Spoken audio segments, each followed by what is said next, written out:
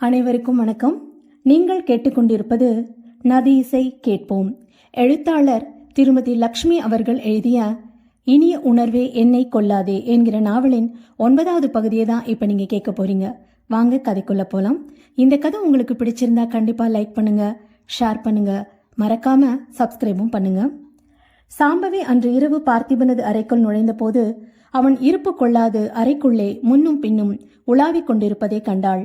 என் மனதில் பல குழப்பங்கள் ஏற்பட்டு விட்டிருந்தால் நான் கூண்டில் அடைக்கப்பட்ட மிருகத்தைப் போல அமைதி இல்லாது அறையை அளந்து கொண்டிருப்பேன். அது ஒரு கெட்ட வழக்கம். என்ன செய்வது? பல நாட்களாக வாழ்க்கையோடு படிந்துவிட்ட சில சங்கதிகளை சீக்கிரம் உதறிவிட முடியாதல்லவா? அவன் ஒரு கடிதத்தில் எழுதியிருந்தது நினைவில் வரவே கலவரத்துடன் அவனை உற்று பார்த்தாள். கோடையின் கொடிய வெப்பம் துவங்கிவிட்டிருந்ததால் அவள் கணவன் இரவில் எழுந்தால் தாகத்தை தணித்துக் கொள்ள குளிர்ந்த நீரை ஒரு கூஜாவிலும் ஃப்ரிட்ஜில் இருந்து சில ஐஸ் துண்டங்களை பிளாஸ்கிலும் போட்டு எடுத்து வந்திருந்தாள். மறுநாள் அவன் உடுக்க தேவைப்பட்ட உடைகளை அவனது பீரோவிலிருந்து எடுத்து வசதியாக மேஜை மீது வைத்துவிட்டு ஓரக்கண்ணாள் மறுபடியும் அவனை பார்த்தவளது கவலை அதிகரித்தது. முகம் சிவந்து நெற்றி மீது முத்துக்களாக வியர்வை பொடிந்து காதோரம் வடிய உதட்டை கடித்துக் கொண்டு பெருமூச்சுடன் அவன் ஜன்னல் அருகே போய் நிற்பதற்கு காரணம், இந்தாங்க முகத்தை தொடச்சுக்கோங்க என்று நாற்காலியின் கை மீது கிடந்த துவாலையை எடுத்து கொண்டு வந்து தந்தாள். அம்மா சொல்வது ஒரு வழியில் உண்மையாக இருக்குமோ? போலியான நிலையில் மனைவி என்று வாழ்கிறாள் சாம்பவி. இளமை கனவுகள் நிறைவேறாத தவிப்பில் வீட்டிற்கு வந்திருக்கும் விருந்தாளி சிரித்து பசப்பி பேசுவதைக் கண்டு பேதலித்தி போய் மிகவும் நெருக்கமாக பழகி தொடங்கிவிட்டதால் தான் அந்த நிகழ்ச்சியோ? அவன் வேண்டுமென்றே வந்து முட்டிக்கொண்டானோ? அல்லது எதிர்பாராது நடந்த ஒரு சம்பவமா? கண்டிப்பாக அவளிடம் அதை பற்றி கேட்டால் என்ன? ஆமாம், அவனுக்கு கேட்க என்ன உரிமை இருக்கிறது? முதல் நாளே அவன் அவளிடம் தனது திட்டத்தை வெளிப்படையாக கடுமையாகவே சொல்லிவிட்டானே.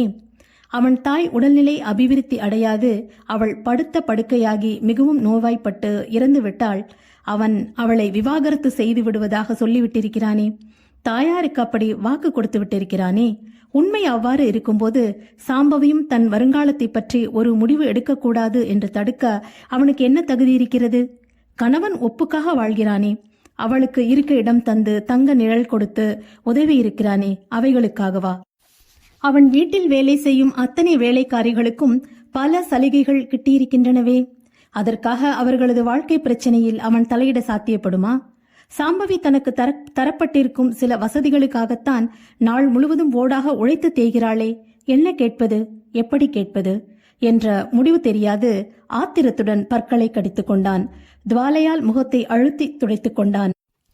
நாற்காலியை பிடித்துக் கொண்டு நின்ற சாம்பவி உடனே அறையை விட்டு போகாது தயக்கமாக அவனை பார்த்தாள். நமக்குள்ளே நிலவி நிற்கும் உறவின் தகுதியால் நான் கேட்கவில்லை. ஆனாலும் கேட்காது போனால் மனம் நிம்மதி அடையாது. உங்க முகம் ஒரு மாதிரியா இருக்கு. உங்களுக்கு ஏதோ கவலை ஏற்பட்டிருக்குன்னு புரியுது. வியாபாரத்துல ஏதாவது சங்கடமா? மெல்லிய குரலில் முடிவில் துணிவாக கேட்டுவிட்டாள். அவள் முகத்தில் தெரிந்த அனுதாபமும் குரலில் துணித்த பரிவும் வினாடி பொழுதில் அவனது சஞ்சலத்திற்கு முடிவு கட்டின. நெருப்புக்குள் புகுந்து வெளிவர வேண்டுமானாலும் நான் தயங்க மாட்டேன். உங்களுக்காக எந்தவிதமான தியாகமும் செய்ய தயார் என்று தன் காதல் கடிதங்களில் உறுதி சொன்னவள் அதன்படியே நெருப்புக்குள் புகுவதை காட்டிலும் உணர்வுகளை அடக்கி சிந்தையை ஒரே திக்கில் வைத்திருக்கும் பெரும் சோதனையில் வெற்றியுடன் நடந்து கொள்கிறவள் அவனுக்கு துரோகம் செய்வாளா? கனிவு மிக்க அந்த கண்களும் கபடமற்ற அந்த முகமும் சொல்கின்றனவே. அம்மாவின் பேச்சை கேட்டு அவன் தன் சொந்த புத்தியை அடமானம் வைத்துவிட்டு பற்களை கடித்து கொண்டான். வியாபாரம்னா முன்ன பின்னதான் இருக்கும்னு உங்களுக்கு தெரியாதா? அதுக்காக இப்படி மனசு உடைஞ்சு போறதா? இல்ல, வியாபாரம் நல்லா தான் நடக்குது. புத்தி கெட்ட நான் தான் உன்னை சந்தேகிச்சு மனதை சங்கடப்படுத்திக்கிட்டு நிக்கிறேன். உண்மையை ஒப்புக்கொண்டு அவளிடம் மன்னிப்பு கேட்டுவிட்டால் எப்படி முடியும்? அதை கேட்டு அவள் மன அதிர்ச்சி அடைவாள். ஏற்கனவே ஒரு சுகமும் இல்லாத அவள் ஒரு உயர்மட்ட வேலைக்காரியாக உழைத்து கொண்டு ஊடே மாமியார் அவ்வப்போது குத்தி பேசும் கொடும் சொற்களை பொறுத்து கொண்டு கடமைக்காக வாழ்கிறவளை இன்னும் வார்த்தைகளால் அவமதித்து கொடுமைப்படுத்துவது முறையில்லையே. என்னங்க, நான் கேட்டது தவறா? எனக்கு அந்த உரிமை இல்லையா? ஆனாலும் நீங்க மனசு கஷ்டப்பட்டா என்னால பார்த்துட்டு சும்மா இருக்க முடியல. அவளது குரல் தழுதழுத்தது. கண் ஓரங்களில் நீர் கட்டியது. அத்தையின் உடம்பை பத்தி நீங்க கவலைப்படுறீங்களா? அவங்கள பரிசோதிக்க வந்த டாக்டர் நேத்து உங்ககிட்டயும் சொல்லிட்டு தான் என்கிட்ட சொன்னாரே. படிப்படியா அத்தை உடம்பு குணமடைஞ்சிட்டு வர்றது. அதனால கூடிய சீக்கிரம் அவங்க எழுந்து நிக்க கூட முடியும். நடக்கத்தான் கொஞ்ச நாள் அடுக்கும். கையும் காலும் வலுப்பெற நான் நெதமும் அவங்களுக்கு ஒத்தடம் கொடுத்து பிடிச்சு விடணும்னு சொன்னாரே. தப்பாத நாளைக்கு 3 வேளையும் செஞ்சுட்டு வரேனே. முன்ன விட அவங்க கை தசைகள்ல ஒரு தெம்பு ஏற்பட்டு இருக்கிறதா எனக்கு தோணுது.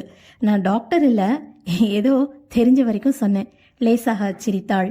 பச்சை குழந்தையுடையது போன்ற அந்த சிரிப்பு அவன் மனதை இதமாக தழுவியது. சாம்பவி அவனுக்கு ஒரு காலும் துரோகம் செய்ய மாட்டாள்.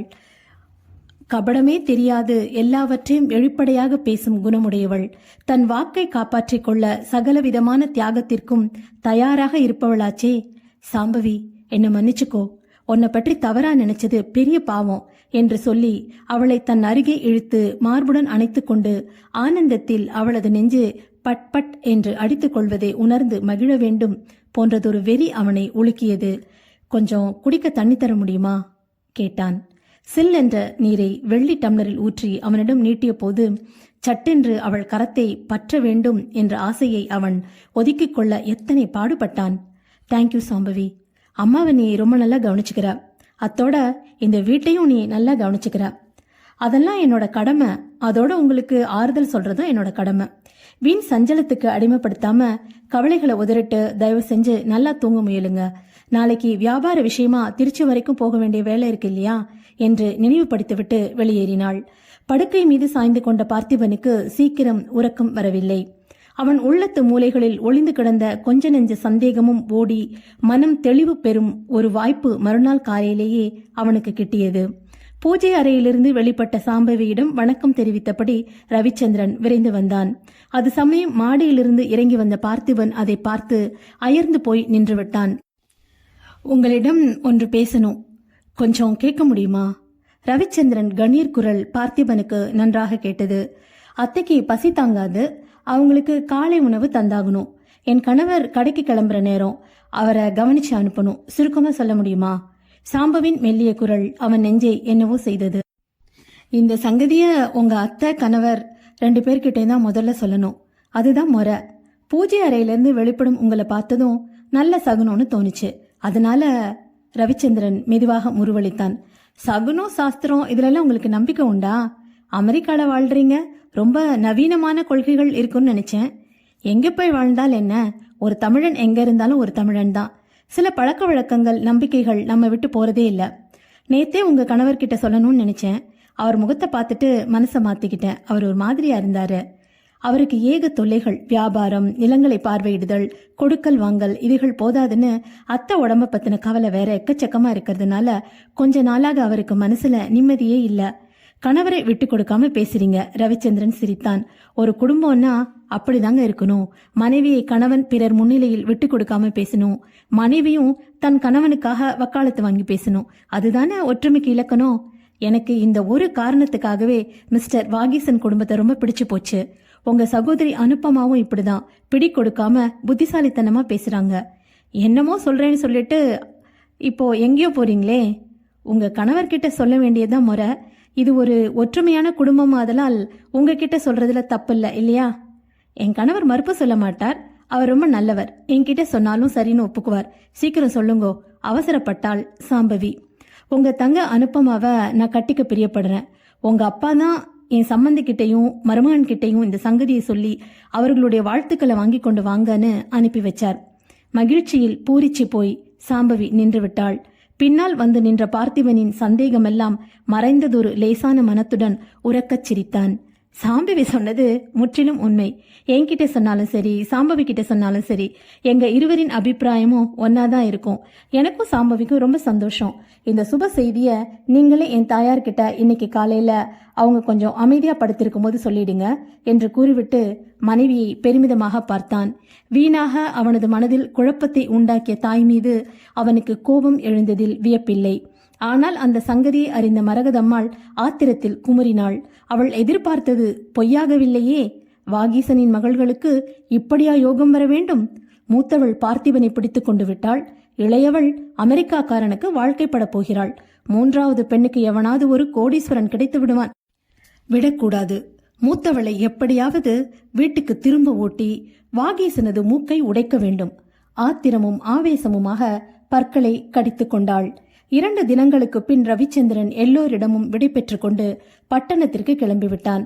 பஸ் நிலையம் வரை தன் காரில் அவனை ஏற்றிக்கொண்டு வழி அனுப்பிவிட்டு வந்தான் மகன் என்பதை அறிந்த மரகதத்திற்கு எரிச்சல் பற்றி கொண்டு வந்தது.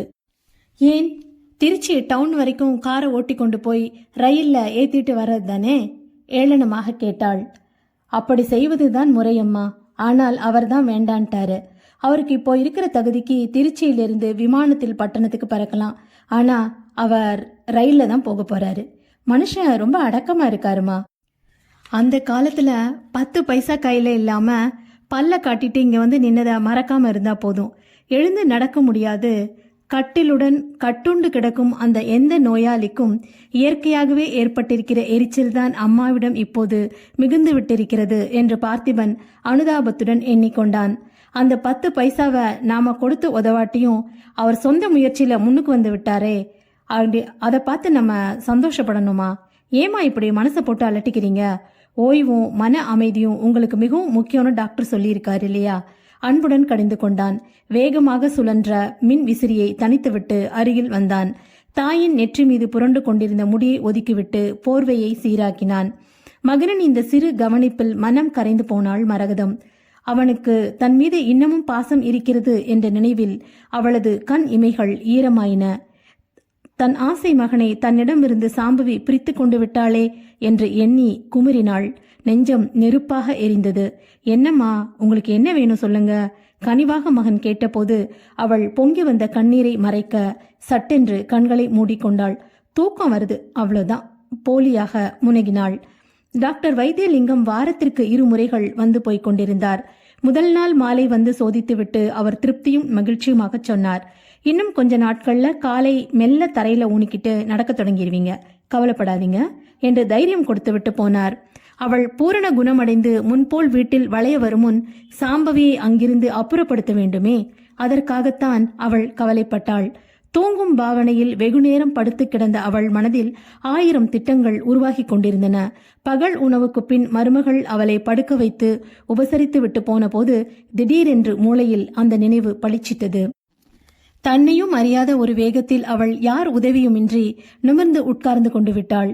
தூரத்து உறவுக்காரி பகவதியின் நினைப்பு வந்ததுமே அவள் கற்பனைகள் கொடிக்கட்டின. இத்தனை நாளும் அவளை பற்றி நினைக்காதிருந்தது எத்தனை மதியினம். ஒரு கடிதம் போட்டால் போதுமே, மூட்டை கட்டிக்கொண்டு தன் மகளுடன் அடுத்த ரயிலில் புறப்பட்டு வந்து விடுவாளே. மதுரையில்தான் இருக்கிறாள், அதே வீட்டில்தான் வசிக்கிறாள்.